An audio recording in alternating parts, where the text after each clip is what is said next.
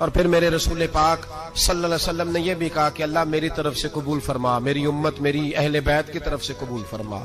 صحابہ جب جانور ذبح کرنے لگتے پہلے یہ دعا پڑھتے، پھر کہتے اللہم تقبل منا کما تقبلتا خلیل کا ابراہیم علیہ السلام وتقبلتا حبیب کا محمد صلی اللہ علیہ وسلم، اے اللہ ہم سے بھی قبول فرما جیسے تو نے حضرت ابراہیم سے قبول فرمائی اور جیسے اپنے حبیب حضرت محمد صلی اللہ علیہ وسلم سے قبول۔ یہ ساری دعا پڑھیں اور جب جانور ذبح کرنے لگے تو پھر پڑھیں بسم اللہ اللہ بسم اللہ اللہ۔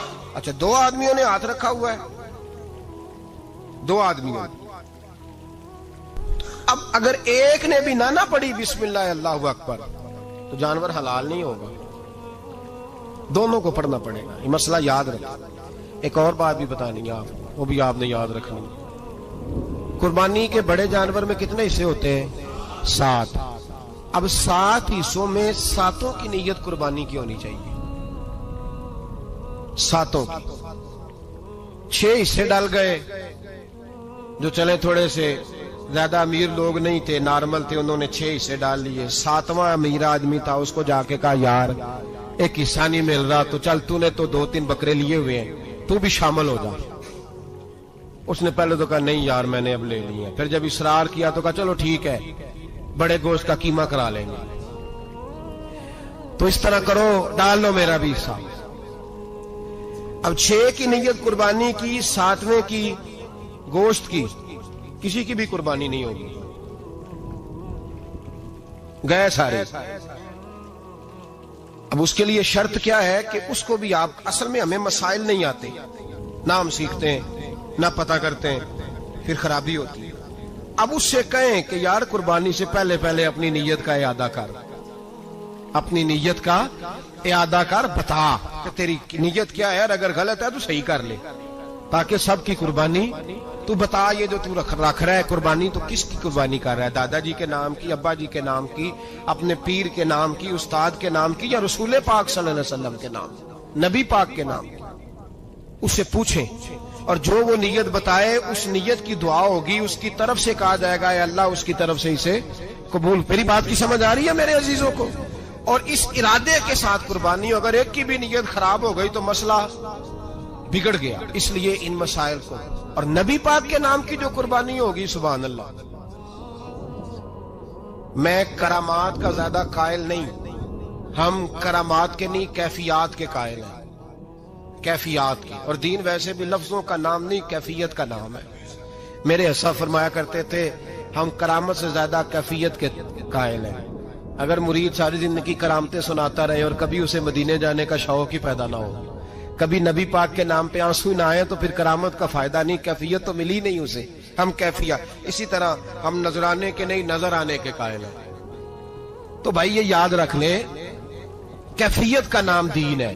نبی کریم علیہ الصلوۃ والسلام بائی دا وے ایک قضائے حاجت کے لیے ایک باغ میں تشریف لے گئے۔ حضور باغ کے اندر داخل ہوئے ہی تھے، اونٹ بندھا ہوا تھا، تو حضرت ابو درداء رضی اللہ تعالیٰ عنہ کہتے ہیں وہ اونٹ نے حضور کی طرف دیکھا تو اس نے رونا شروع کر دی۔ اصل میں دکھ پوچھنے والا کو ملے تو پھر ہی رونے کا مزہ آتا ہے، ہر جگہ تو دکھ سنایا بھی نہیں جا سکتا۔ ایسا ملے نا جو دکھ پوچھنے والا ہو، تسلی تشفی دینے والا ہو، جس کے کندھے پہ سر رکھ کے بندہ دیر تک روئے۔ اونٹ رونے لگا تو حضرت ابو درداء رضی اللہ تعالیٰ عنہ فرماتے ہیں نبی کریم علیہ السلام اس کی طرف بڑھے، حضور نے اس کی پشت پر ہاتھ رکھا تو وہ اور زیادہ رونے لگا۔ پھر میرے محبوب نے اپنے کان مبارک اس کے منہ کے قریب کیے تو اس نے کوئی بات کی۔ محبوب نے فرمایا بلاؤ نا اس کے مالک کو کہاں ہے۔ وہ جب آیا تو حضور صلی اللہ علیہ وسلم نے فرمایا کہ تم اسے اس کی ضرورت سے زیادہ اس پر وزن رکھتے ہو، اسے اذیت دیتے ہو، تکلیف پہنچاتے ہو۔ پھر حضور علیہ السلام نے فرمایا اسے کھانا اور پانی وقت پر نہیں دیتے، دھوپ چھاؤں کا خیال نہیں رکھتے۔ اور آخری لفظ حدیث کے محبوب فرمانے لگے تم اس کے بارے میں اپنے رب سے نہیں ڈرتے، اس کے حقوق کے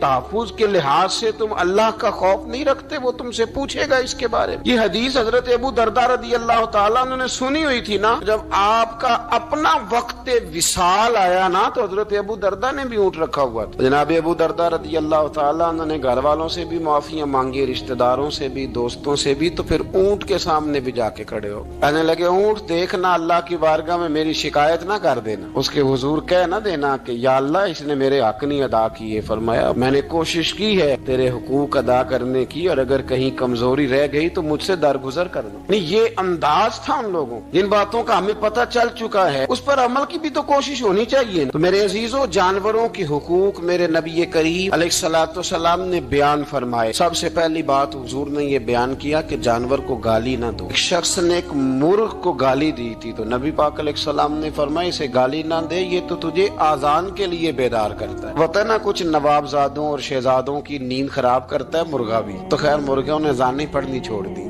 تکلیف کی بات ہے، خوشی کی بات نہیں، درد کی بات، یہ اذیت کی بات نہیں۔ وہ وطن بھی کو وطن ہے جس میں اذان کی آواز ہی نہ آئے، وہ دیش بھی کو دیش ہے۔ ہم جا کے اب بسنے لگے ہیں ٹاؤنوں کے اندر، سوسائٹیوں کے اندر، جہاں اذان کی آواز ہی نہیں آتی۔ کچھ جگہ ہے جہاں اذان کی آواز ہی نہ آئے۔ ہمارے ہاں جو غریب لوگ ہوتے ہیں نا، وہ گدا ریڑھی پہ دفعہ سبزی بیچتے ہیں۔ یہ ہمارے آج کل کنو بہت زیادہ ہے مارکیٹ میں، تو میں دیکھتا ہوں کہ سڑک کے اوپر گدے کو بھی کھڑا کیا ہوا، اس لیے کہ اب وہ اسی کے اوپر سارا دن رکھیں گے اس کو، اور شام تک جب تک بکے گا نہیں اس بیچارے کی خلاصی نہیں ہوگی۔ نبی پاک صلی اللہ علیہ وسلم نے فرمایا کہ جانور کو سواری بناؤ، کرسی نہ بناؤ۔ دو صحابہ بیٹھے تھے گھوڑے کے اوپر، ایک ادھر بیٹھا تھا ایک ادھر بیٹھا تھا، دونوں آپس میں باتیں کر رہے تھے۔ جس طرح ہمارے زمانے میں جو نئی کار خریدتا ہے نا، تو اس کا بھی کوئی واقف مل جائے تو وہ روڈ کے اوپر کھڑے ہو کے بات کرتا ہے، چونکہ روڈ تو اس نے الاٹ کرایا نا اپنے نا۔ تو میرے جیسا آدمی کئی دفعہ پیچھے ہو بھی نا، تو ایک دن بچہ مجھے کہنے لگا کہ زور سے ذرا ہارن دی، تو میں نے کہا یار اس کے پاس نئی دولت آئی ہے تو مطلب اس کو ہارن نہ دے، پتہ نہیں کہاں سے بولے گا، تو اس کا تو کچھ نہیں بگڑے گا، تو ہمارے لیے مسئلہ بنے گا۔ یہ ارجنی اب یہ کھڑا ہے تو کھڑا، یہ اس کو لوگ چودراہٹ سمجھتے ہیں، یہ چودراہٹ نہیں ہوتی، اس سے یہ آپ کے کمزور ہونے کی علامت ہے۔ اس طرح چھوٹا آدمی اس طرح کے کام کرتا ہے، بڑے لوگ تو کسی کو تکلیف ہی نہیں دیتے کیونکہ وہ بڑے ہوتے ہیں۔ تو نبی پاک علیہ السلام نے دیکھا دو غلاموں کو، ایک کے گھوڑے کا منہ ادھر ہے دوسرے کا ادھر ہے، تو آپس میں گفت و شنید کر رہے ہیں۔ میرے رسول کریم علیہ السلام نے وہیں تنبیہ فرمائی، حکم دیا، فرمایا سواریوں کو سواریاں بنایا کرو، کرسیاں نہ بنایا کرو، جب تک چلنا ہو اس پر بیٹھو، اور جب بات کرنی ہو تو گھوڑے سے نیچے اترو، پھر بات کرو تو پھر دوبارہ گھوڑے پہ بیٹھو، کہ اس سے اتنا ہی کام لیا جائے جتنا وہ اس کا بوجھ برداشت کر سکے۔ عبداللہ بن مبارک نے کرائے پہ گھوڑا لیا تھا، کرائے پہ سواری لیتے۔ حضرت عبداللہ بن مبارک رحمۃ اللہ تعالیٰ نے ایک شخص سے کرائے پہ گھوڑا لیا کہ مجھے فلاں سفر پہ جانا ہے تو گھوڑا کرائے پہ دے دو۔ اس نے کہا جی کس نے جانا ہے؟ تو آپ فرمانے لگے میرا وجود دیکھ لے، میں نہیں جانا ہے۔ طے ہو گیا، آپ نے گھوڑا اس سے لے لیا۔ جب آپ جانے لگے تو ایک آدمی رستے میں ملا، کہنے لگا حضور کوفے جا رہے ہیں؟ فرمایا ہاں۔ کہنے لگا یہ میرا خط بھی لے جائیے گا، یہ میرا خط ہے، اتنا وزن ہوتا ہے خط کا، یہ میرا خط ہے فلاں آدمی کو دیجیے گا۔ تو آپ فرمانے لگے تو میرے ساتھ واپس چل گھوڑے کے مالک کے پاس، اگر وہ اجازت دے گا یہ سفر گھوڑے پہ زیادہ رکھنے کا تو میں رکھوں گا، اگر وہ اجازت نہیں دے گا تو میں نہیں رکھوں گا۔ تو وہ آدمی کہنے لگا حضور اتنی چھوٹی چھوٹی باتوں کا کیوں خیال رکھتے ہیں؟ عبداللہ بن مبارک فرمانے لگے اس لیے کہ میں رحمت للعالمین نبی کا ماننے والا ہوں، میرے رسول پاک علیہ السلام رحمت للعالمین ہے، تو میں اتنا بھی ظلم جانور پر کر سکتا ہوں، میں پہلے اجازت لوں گا اس کے مالک سے، اس کے بعد پھر میں آگے جاؤں گا۔ تیسری بات حضور علیہ السلام نے فرمایا جو جانور جس مقصد کے لیے پیدا کیا گیا اسے وہی کام لینا، دوسرا کام نہیں لینا، جس مقصد کے لیے پیدا کیا گیا۔ گھوڑا، گدھا اور خچر کھانا اسلام میں ذبح کر کے کھانا اس لیے جائز نہیں رکھا گیا کہ یہ سواری کے جانور ہیں، تو جو سواری کے جانور ہوں گے انہیں ذبح کر کے کھایا نہیں جائے گا، اسے سواری کا کام لیا جائے گا، اور جو جانور گوشت والے ہوں گے ان سے گوشت کا کام لیا جائے گا، جو دودھ والے ہوں گے اس سے دودھ کا کام لیا جائے گا۔ بخاری مسلم میں موجود ہے، نبی پاک علیہ السلام فرماتے ہیں ایک شخص نے بیل پر سواری کر لی، اس نے سواری کر لی اور جب وہ تھوڑا سا آگے گیا نا تو بیل اپنا منہ پیچھے کر کے کہنے لگا میں سواری کے لیے نہیں پیدا کیا گیا۔ اللہ نے اسے زبان عطا فرمائی اور بیل بول پڑا، کہنے لگا مجھے حال کے اندر جوت لے، یہ کام مجھ سے لے لے، لیکن تو میرے اوپر سواری نہیں کر سکتا، سواری کے لیے اللہ نے گھوڑے پیدا کیے، اونٹ، گدھے اور خچر پیدا کیے ہیں، جو جانور جس مقصد کے لیے ہوگا اس سے وہی کام لیا جائے گا۔ ایک بات اور کرنے لگا ہوں ذرا سخت ہے، جانوروں کو لڑانا حرام ہے۔ حضرت عبداللہ ابن مسعود رضی اللہ تعالیٰ عنہ روایت بیان کرتے ہیں، فرمایا لعنتی ہے وہ شخص جانوروں کو آپس میں لڑاتا ہے، وہ لعنتی ہے جو جانوروں کو آپس میں اور آپ اس ملک میں رہتے ہیں جہاں کروڑوں روپے کی شرطیں لگتی ہیں جانوروں کی لڑائی،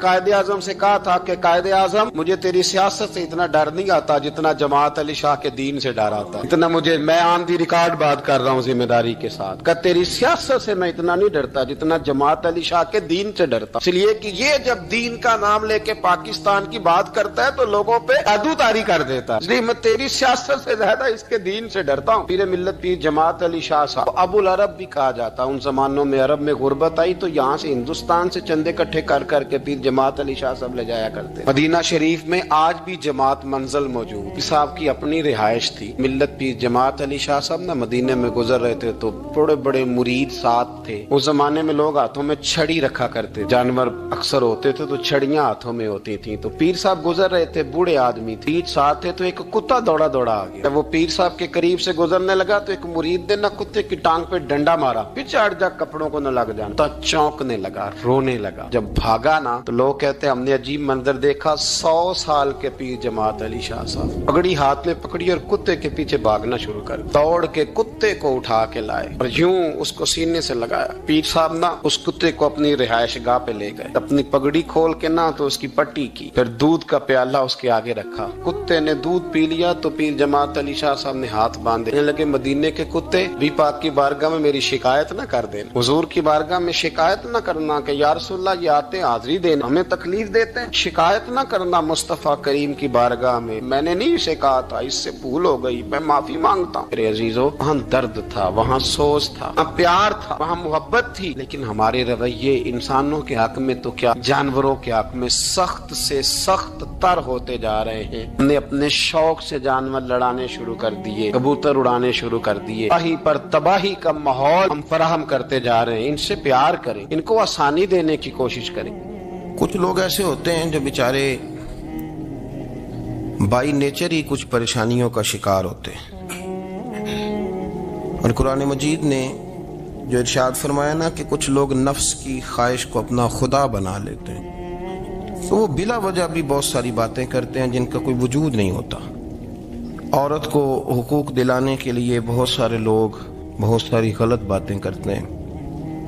جو لوگ یہاں سے کسی کو لے جاتے تھے نا دبئی دھوکہ دے کے، اور لے جاتے تھے یورپ میں، عرب ممالک میں دھوکہ دے کے لے جاتے تھے، تو وہ بھی کوئی خواب ہی تو دکھاتے تھے کہ اتنے لاکھ تنخواہ ہوگی، اتنا کچھ ہوگا، وہاں جا کے پتہ چلتا تھا کہ جیب سے بھی دینے پڑیں گے کچھ۔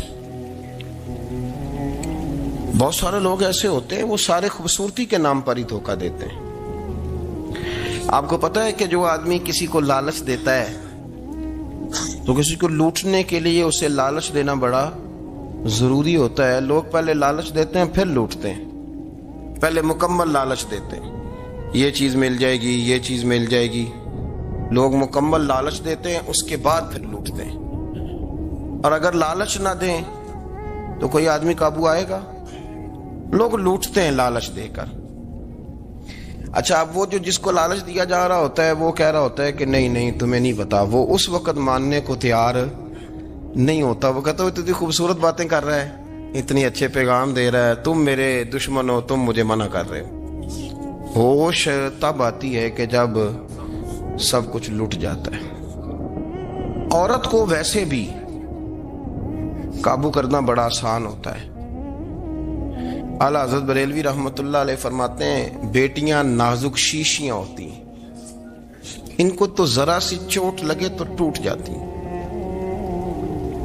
دیکھیں کتنا بڑا جملہ کہا بریلی کے امام، نازک شیشیاں ہیں، ذرا کوئی آدمی گمراہ کرتا ہے، ذرا خراب کرتا ہے۔ اب دیکھیں نا، یہ جو بچیوں کو بچے مس گائیڈ کرتے ہیں، انہیں بڑے بڑے خواب دکھاتے ہیں، وہ بیچاری ماں باپ کو چھوڑ کے، بہن بھائی کو چھوڑ کے اس کے ساتھ شادی کرتی ہے، پھر جو اس کا بعد میں اشر ہوتا ہے، آپ ادلیاں نو سردار پہن تکے تے شرما والیاں نو جھوٹے ڈولیاں دے۔ پھر وہ بیچاری ماں باپ رکھتے نہیں، وہ ظلم کرتا ہے، تو کتنی بڑی تکلیف میں وہ بچی آ جاتی۔ نازک شیشی ہوتی ہے نا تو ٹوٹ جاتی۔ یہی حال اب جدید خواتین اور یہ جو کچھ اینکر پرسن ہیں، یہ اصل میں نا یہ آپ کو سیاست سکھاتے ہیں، لیکن یہ مادر پیدر آزاد لوگ ہیں، بالکل آزاد۔ یہ تو علماء شور نہ کریں بات نہ کریں، گفتگو نہ کریں، مشائخ بات نہ کریں، اور یہ جو کچھ سنجیدہ اور دینی طبقہ ہے یہ کوئی شور نہ کرے، یہ تو روڈوں پہ ننگے ہو کے آ جائیں معاذ۔ خوفناک نظریہ رکھتے ہیں یہ لوگ۔ عورت کو کہتے ہیں تیرے حقوق ہم تجھے لے کے دیں گے، مثلاً وہ کون سا حق ہے جو تم نے لے کے دینا ہے؟ میرے نبی کریم صلی اللہ علیہ وسلم اس کو بیٹی بھی بنایا ہے، اس کو بہن بھی بنایا ہے، اس کو ماں بھی بنایا ہے، اسے بیوی کا عالی شان رتبہ بھی عطا فرمایا ہے۔ اور چونکہ بیٹی کا بھی حق بڑا بیان کیا جاتا ہے، بہن کا بھی، ماں کا بھی، اور بیوی کے معاملے میں لوگ سمجھتے ہیں کہ زیادہ بات نہیں کرنی چاہیے، شاید مسئلہ خراب ہو جائے۔ حالانکہ نبی پاک صلی اللہ تعالیٰ علیہ وسلم نے بیوی کے بارے میں پتہ کیا فرمایا؟ فرمایا جب تم نکاح کر لیتے ہو تو اپنا ایمان محفوظ کر لیتے ہو۔ اب میں اس کی شرح نہیں کرتا، اب خود کر لیجئے گا کہ وہ ایک ایسی شخصیت ہوتی ہے کہ جس کی موجودگی میں آپ کا ایمان محفوظ ہے۔ اب میں نہیں سمجھتا کہ اس سے بڑی بات کوئی اور ہو سکتی ہے، جس کی موجودگی میں آپ کا ایمان، اور بھئی یہ حدیث پاک عرض کر رہا ہوں، نکاح جب کوئی کر لے تو اس نے اپنا ایمان مکمل کر لیا، اس کا معنی یہ ہوا کہ آپ کا ایمان محفوظ ہے اس کی موجودگی میں۔ تو اس سے زیادہ بھی، یعنی ایمان سب سے قیمتی چیز ہے نا، تو اس کے محفوظ ہونے کی وجہ حضور نے نکاح بیان کر دی۔ اب میرا خیال ہے بیوی اگر کوئی اس سے بڑا حقوق مانگے گی تو بیوقوفی کرے گی۔ اتنا بڑا درجہ نبی کریم نے اسے عطا کر دی، اتنا بڑا مقام دے دیا کہ تو خامند کے ایمان کے محفوظ ہونے کا ذریعہ بن گئی ہے۔ عورت کو جو حقوق رسول کریم صلی اللہ تعالی علیہ وسلم نے عطا فرمائے، نبی پاک نے جو حقوق دیے، دیکھیں نا، حضرت عبداللہ ابن عمر رضی اللہ تعالیٰ عنہ کی اہلیہ بیمار تھی، تو جلدی جلدی سے وہ آئے، تو جب بہت جلدی ہو، سفر بڑا شدید تھا، تو آپ نے جلدی سے نماز ادا کی، جلدی سے چلے۔ آپ کے خادم کہنے لگے حضور خیریت ہے؟ فرمایا میری بیوی بیمار ہے۔ تو اس نے عرض کی حضور آپ کی اہلیہ بیمار ہے، تو آپ نے نماز بھی جلدی سے پڑھی، سفر بھی جلدی جلدی کیا۔ تو فرمانے لگے یہ وہ چیزیں ہیں جو ہمیں مدینے والے رسول نے سکھائی ہیں۔ آپ اس کیفیات کو سمجھیں کہ حضور صلی اللہ علیہ وسلم نے درس دیا۔ اور پھر ایک اور بہت بڑی بات، یہ فضیلت کسی اور کو نہیں دی، جو عورت کو حضور نے فضیلت دی، یہ فضیلت کسی اور کو نہیں دی۔ کبھی حضور نے فرمایا ہے کہ تمہارا ابا تمہارے ساتھ بہت سخت رویہ کرے تو تم نے اس کو اس سختی پر داد دینی ہے؟ فرمایا چلو اگر وہ زیادتی بھی کرے تو تم نے اس کے ساتھ سلوک اچھا ہی کرنا ہے۔ لیکن آپ ایک بات کو سمجھے نا کہ بچے کے بارے میں، بیٹے کے بارے میں، بیٹی کے بارے میں فرمایا 10 سال کے ہو کے نماز نہ پڑھیں تو سختی کرو، تمہارا ڈنڈا بھی لٹکنا چاہیے۔ بہت ساری جگہوں پہ بہت سارے لوگوں کے لیے سختی کا حکم دیا، لیکن عورت کے لیے حضور نے جو جملے کہے، اصل میں ہم سمجھتے ہیں کہ یہ ایک بات ہے، مشہور ہو گئی ہے روایت حدیث، تو بس اس کے پس منظر پر اور جملوں کے حسن پر شاید معاذ اللہ غور کرنے کی ضرورت نہیں، ذرا اس لفظ کی تاثیر پر غور کریں۔ حضور نے فرمایا عورت ٹیڑھی پسلی سے پیدا کی گئی ہے، یہ ٹیڑھی ہے، تو سیدھا کرنے کی کوشش کرو گے تو ٹوٹ جائے گی۔ تو حضور پھر ہمارے لیے حکم کیا ہے؟ فرمایا جیسی ہے تم اسی کے ساتھ نبھا کرو۔ آپ سمجھیں کہ اتنا محفوظ حضور نے درجہ دے دیا بی بی کو، اتنا محفوظ کہ فرمایا غلطی بھی ہو تو میرے غلاموں تم اس کے ساتھ نبھا کرو، گزارا کر لو۔ اللهم صل على سيدنا ومولانا محمد، اللهم صل على سيدنا ومولانا محمد۔ اللہ کے شیر ہے در کرار پر درود، اللہ کے شیر ہے در کرار پر درود، کے شیر غدر کرار پر درود، حضرت حسن حسین کے کردار پر درود، اللہم صل علی سیدنا و مولانا محمد وعلی سیدنا علی و سیدتنا فاطمہ و سیدتنا زینب و سیدنا حسن و سیدنا حسین وعلی آلہ وصحبه وبارك وسلم زینب کی بارگاہ میں زینب کی بارگاہ میں زینب کی بارگاہ میں سلام نیاز ہے زینب کی بارگاہ میں سلام نیاز ہے جو مرتضیٰ کی لاڈلی زہرا کا ناز ہے اللہم صلی علی سیدنا و مولانا محمد وعلى سيدنا علي وسيدتنا فاطمة وسيدتنا زينب وسيدنا حسن وسيدنا حسين